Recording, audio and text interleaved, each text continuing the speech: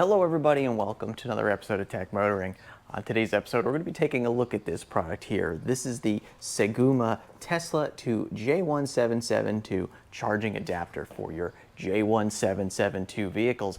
With this adapter you could charge at Tesla destination chargers, wall connectors, mobile connectors, any level 1 or level 2 charging station out there. So let's dive in, let's put it through the test, let's see how well it does, and we'll see if this is the adapter for you. Hit that subscribe button. Stay tuned. We're coming right back at you.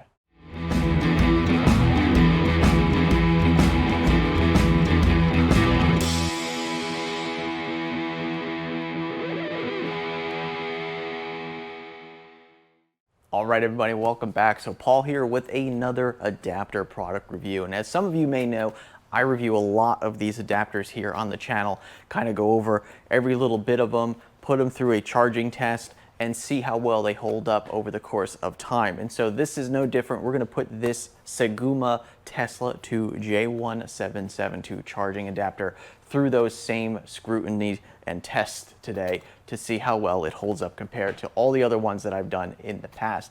So let's dive into this, take a look at it, and see what you get in the box and what you get as far as an adapter goes. And once again, this is a Tesla charger to J1772. So what we're going to be doing is testing it on this Ford Mustang Mach-E behind me, which has a CCS and J1772 port. And we're going to be doing a test using a Tesla wall connector with this. So now this will work with any level 1 or level 2 Tesla wall connector, and that will allow you to charge your J1772 vehicle off of any of those Tesla level 1, level 2 stations, not superchargers. So don't try to use this at a supercharger. It won't work. It doesn't have the proper way of being able to convert the DC power, just AC power. SEGUMA sent me out this adapter here to test for you, do a video on it, put it through its paces, just like I do all the other tests. And so what we're going to do is we're going to go through every little bit of this adapter, talk about it, put it through each individual test, then we do a charging test, and then we see how it holds up. But let's just see what the adapter is all about from a specification standpoint. So on the back, we could see that it's got some really nice pictures of the adapter and what its use is. It's got the side for your Tesla, the side for your J1772. It shows that it has a lock function to the car, and it shows that it has a lock function to the handle. We'll dive more into the lock functions as we get into the tests. On the side here, it shows that it's a 250 volt rated. 250 volts is pretty standard here in the States. We usually run somewhere between 220 and 240 based on our typical household usage here. Of course, level 2s are usually run into that 220, 240. Level 1s will be, of course, a 110 to 120 type of situation. So this is perfectly fine as far as that goes. Now, this does have an 80 amp maximum. Now, 80 amp maximum is great to see. Now, I always recommend that you always go higher than what your car can take. So in this case, the Ford Mustang Mach-E has a 48 amp onboard charger, which means that this is going to be a lot more than is necessary to charge this car. And a lot of the Tesla charging stations you come across out in public will most likely be no more than 48 amps. However, there's some older ones out there that can do up to 80 amps, as some older Teslas have had 80 amp onboard chargers. Even though they're kind of rare, you do occasionally come across them, and there are some newer vehicles coming out on the road right now that actually do have an 80 amp onboard charger.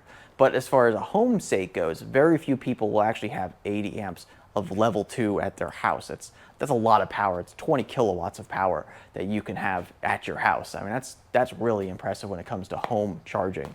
But anyway, we have an 80 amp maximum adapter. We'll go into a little bit more about that in a little bit. Operating temperature is the very typical negative 22 Fahrenheit to 122 degrees Fahrenheit.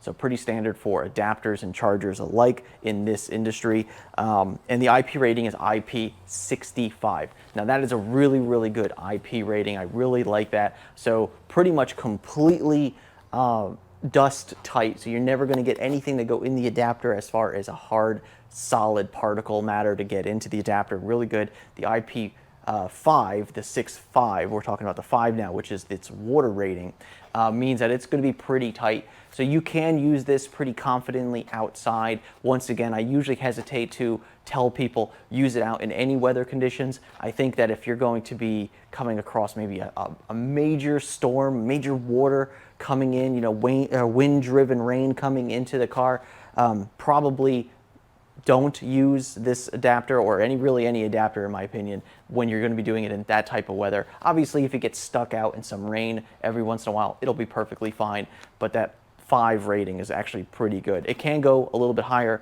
I usually like to see a 6, but for adapters, that's usually perfectly fine. So IP65 rating is really, really good. Let's dive into the box, see what we get in the box, and then talk about that. So we open the box here. Looks like we have the adapter wrapped up in some bubble wrap. We'll put that to the side for now.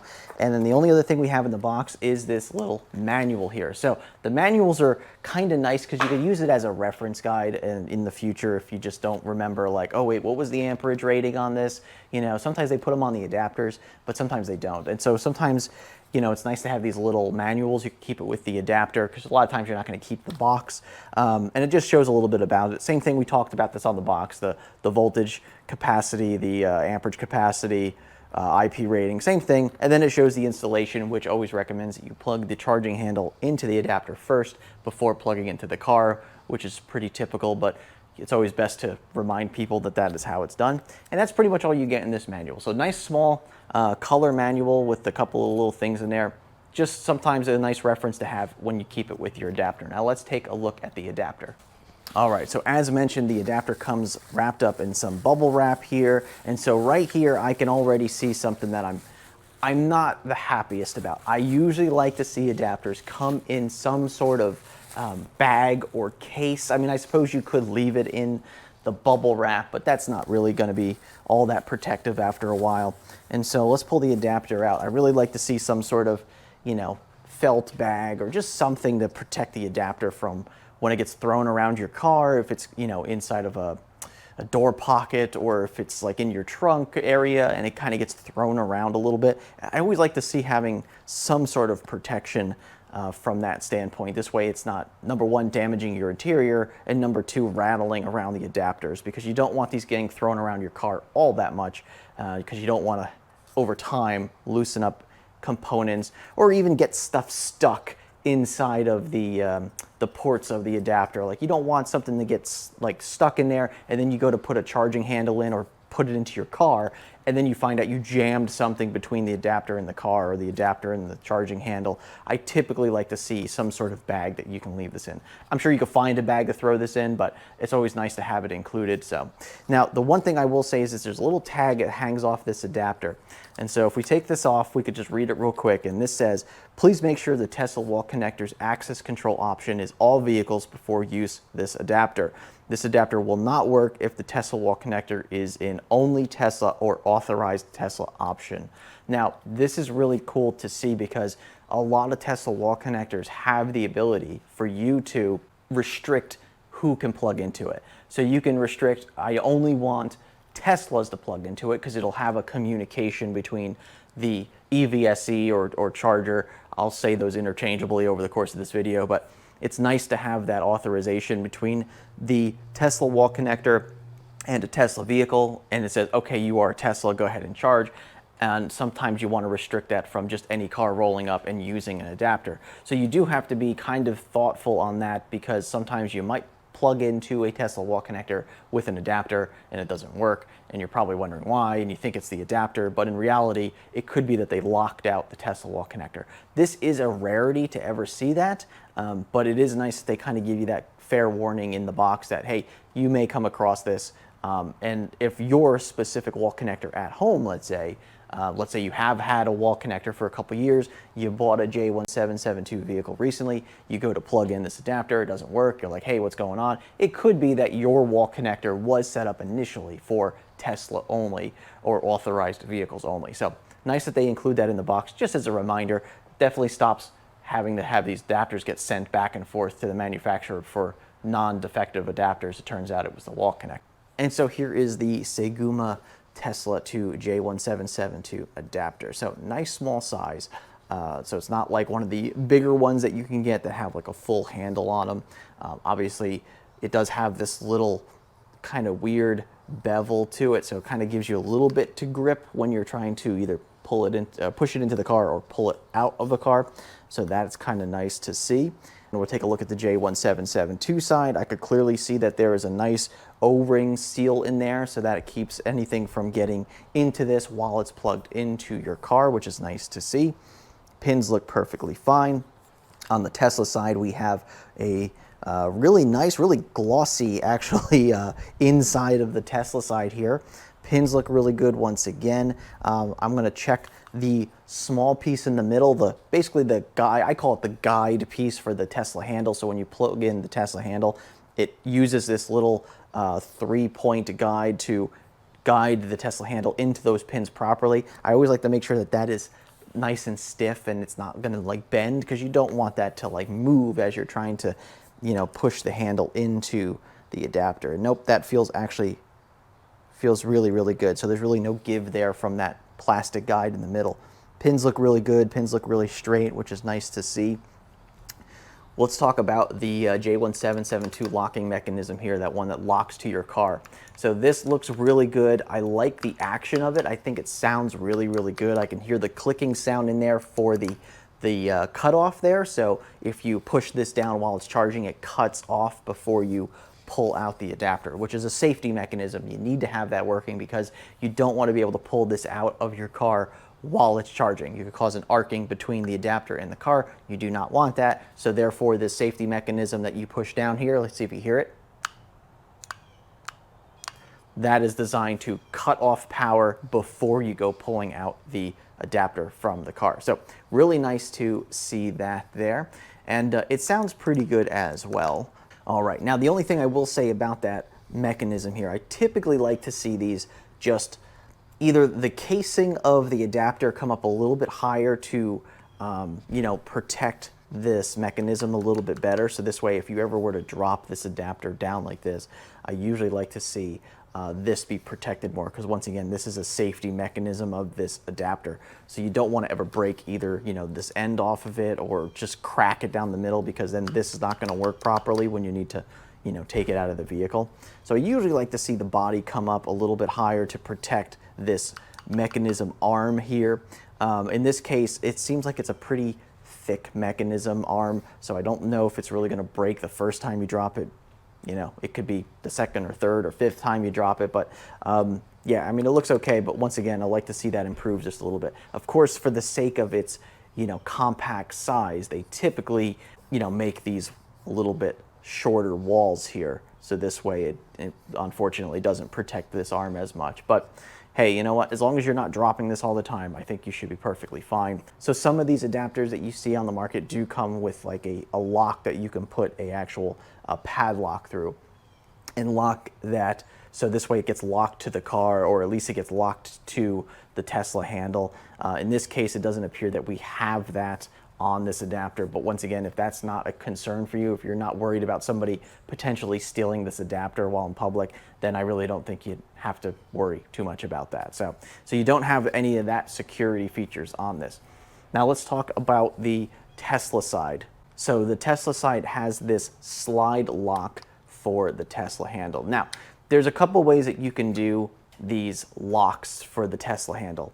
One of the ways is this, where you have to put the Tesla handle into the adapter, you push the slide lock over, and now that makes the Tesla handle locked to the adapter, which we're going to test later to make sure that that works properly.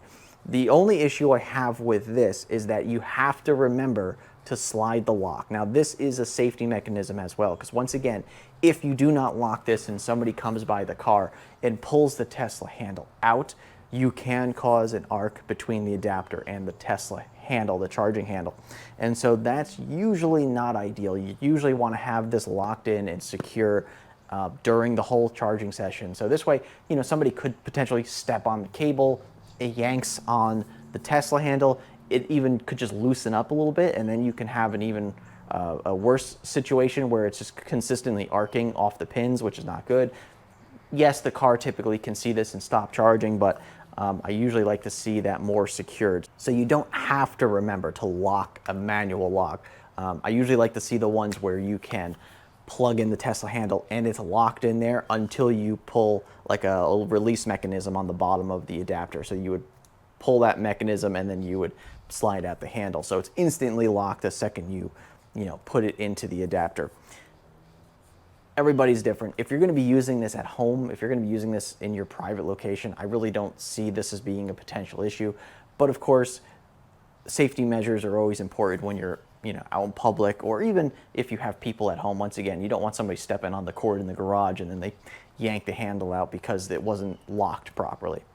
Anyway, so that is pretty much the adapter as a whole. So let's go ahead, we're going to do the next test, which is what I call the tug test, which is when we put the Tesla handle into the adapter, we see how well it holds up inside of this when I tug on the charging handle as hard as I can, and we see how well this adapter holds the handle. If it passes, awesome. If it doesn't, well, we'll talk about it then. So let me grab the Tesla handle and see how well this works. All right, everybody, so we have our Tesla universal wall connector handle here now. So what we're gonna do is we're gonna be using this for our test, for our little tug test here, and for the charging test in a little bit. So let's first go ahead and try this out real quick. So we should be able to just plug this into the adapter. Should be no real resistance whatsoever. Okay, feels really good. Doesn't feel wobbly at all. So let's go ahead and pull this out real quick. Okay, feels really, really good. Not too much resistance pulling it out. Feels kind of actually like the right amount of resistance when it comes to pulling a handle out of an adapter.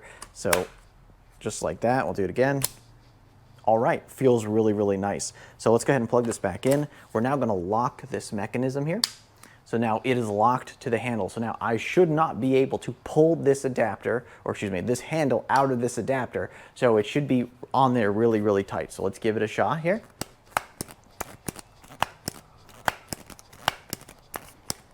Yep, good. So it is locked to the charging handle, which means that as long as you lock this mechanism, this will not come off. So let's unlock this, pull it out. Good, feels really nice. Plug it back in, awesome, lock it. On there, good, right. So that was my only gripe with this whole thing, is the manual locking mechanism part, unfortunately. But hey, it seems to work pretty well. So I'm not gonna complain too much about that. And of course, once again, depending on how you need it, will depend on whether or not that's a big deal for you or not. And of course, if you are interested in this product here, the SEGUMA Tesla to J1772 adapter, make sure you take a look down in the description below the video. You'll see it down there for you to reference it and see if this is the adapter that's right for you. So let's jump ahead to the charging test. So we're gonna plug this into our Ford Mustang Mach-E that's behind us. So what we're going to be doing is we're going to be pushing 48 amps from our adapter into the vehicle. So the charger maxes out at 48 amps. This car maxes out at 48 amps, and this adapter is rated for 80 amps. So we should have no issues with this over the course of the 3-hour test that we're going to be putting it through right now. And during that 3-hour test, we're going to take some temperatures. So we're going to take some temperatures before we start the test or shortly after we plug it in. And then we're going to give it 3 hours and see what the temperatures are at that point. Now, I can't suspect that temperatures are going to be very hot, just due to the fact that the 80 amp capacity should be pretty good. So there should not be too much resistance going through the internal wires of this adapter, and it should not be too bad. So let's go ahead and get it plugged into the car and talk about some more procedures there. All right, everybody, welcome back to the Ford Mustang Mach-E charge port. So we are going to go ahead and get this plugged in here. So once again, Tesla 48 amp universal wall connector going through the SEGUMA Tesla to J1772 adapter with an 80 amp maximum capacity going into the Ford Mustang Mach-E, which has a 48 amp onboard charger. So maxing out the Tesla EVSE and maxing out the vehicle's onboard charger using the SEGUMA 80 amp adapter really should not be pushing this adapter all that hard. So this should really just be a cakewalk for this adapter. So let's go ahead and get this plugged in and see how well it does for 3 hours. So let's mark our time real quick. All right, let's go ahead and get this plugged in. And we're also going to test the insertion of the adapter into the vehicle. Will it be too tight? Will it be too loose? How does it feel going into the car? That's kind of how we want to, rate this. And then we also want to, when we pull it out of the car, we want to make sure that it comes out easily, because you don't want to jostle or jiggle the adapter as it's going into the vehicle or as when you're pulling it out of the vehicle. So let's give it a nice push into the vehicle here.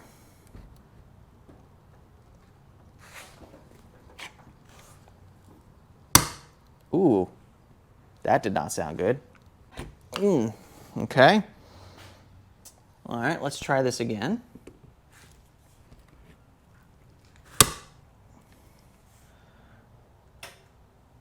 Okay. So that is really, really tight going in. I don't really like how it snaps in like that. I think I'm going to just do this one more time just to see. All right, we're gonna pull it out. And it feels fine coming out of the vehicle. Let me just check my pins real quick here. All right, let's try this again.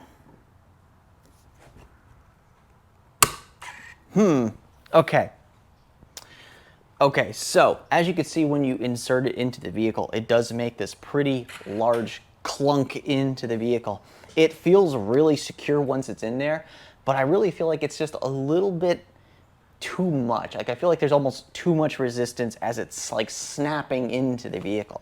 So I'm not really crazy about that feeling, to be honest with you. I really feel like it should be more of a smooth insert into the vehicle, and then it should just latch and done. So this just feels a little bit too much in my opinion.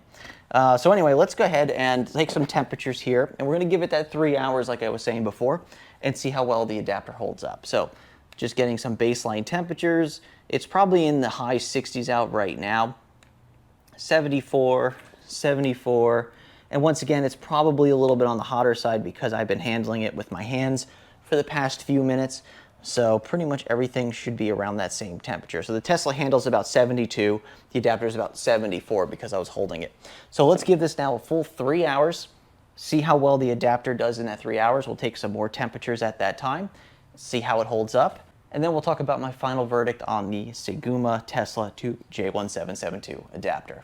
All right, everybody, well, you join me back now after 3 hours of charging the Mach-E with this setup here. So 3 hours of charging. Let's go ahead and get some temperatures of where we're at the moment. So once again, we were at about 72 degrees or so when we initially plugged it in due to ambient air temperature and of course me holding it. So let's see where we're at now.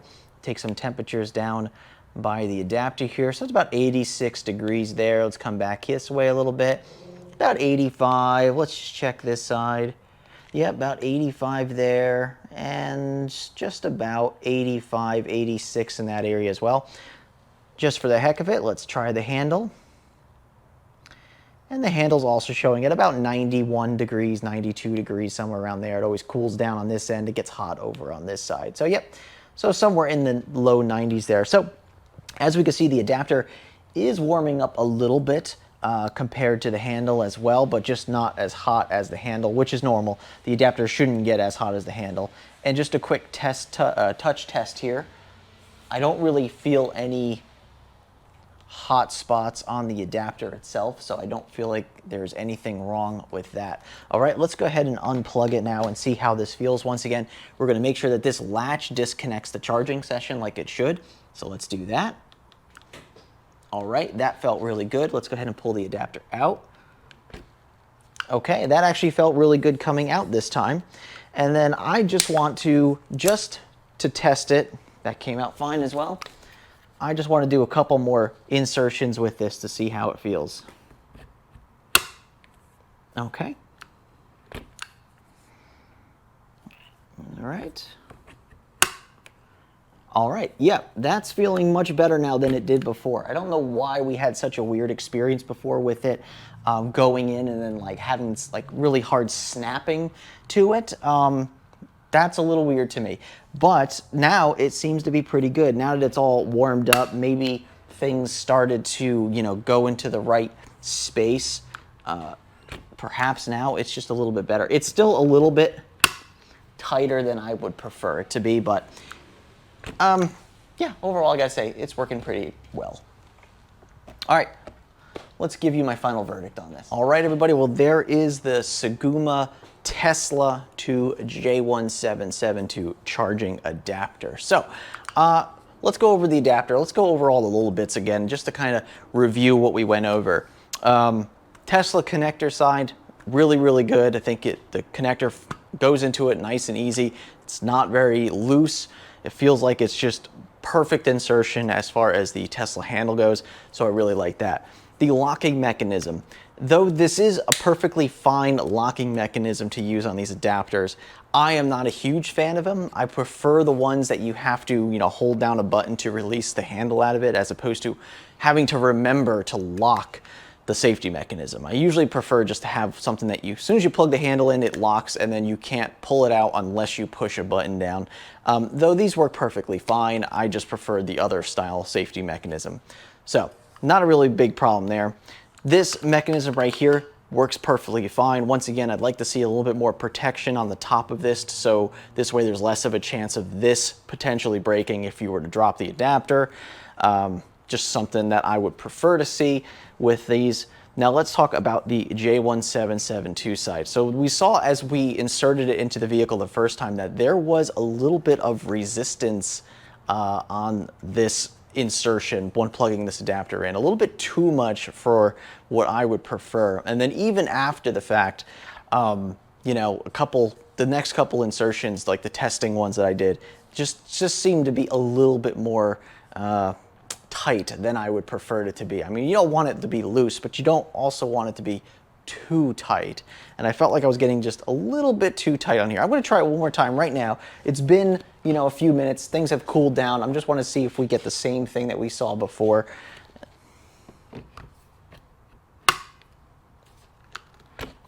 Yeah, now it seems to be pretty good. It's just that initial insertion. It could have been that just there was some maybe the pins in here just weren't perfectly aligned, and now they got shifted as I inserted it the first time. So that could be the reason why. I did check the pins in the car as well. They're perfect as well, so I really don't have any concerns with that. But that was a really interesting initial insertion with this adapter.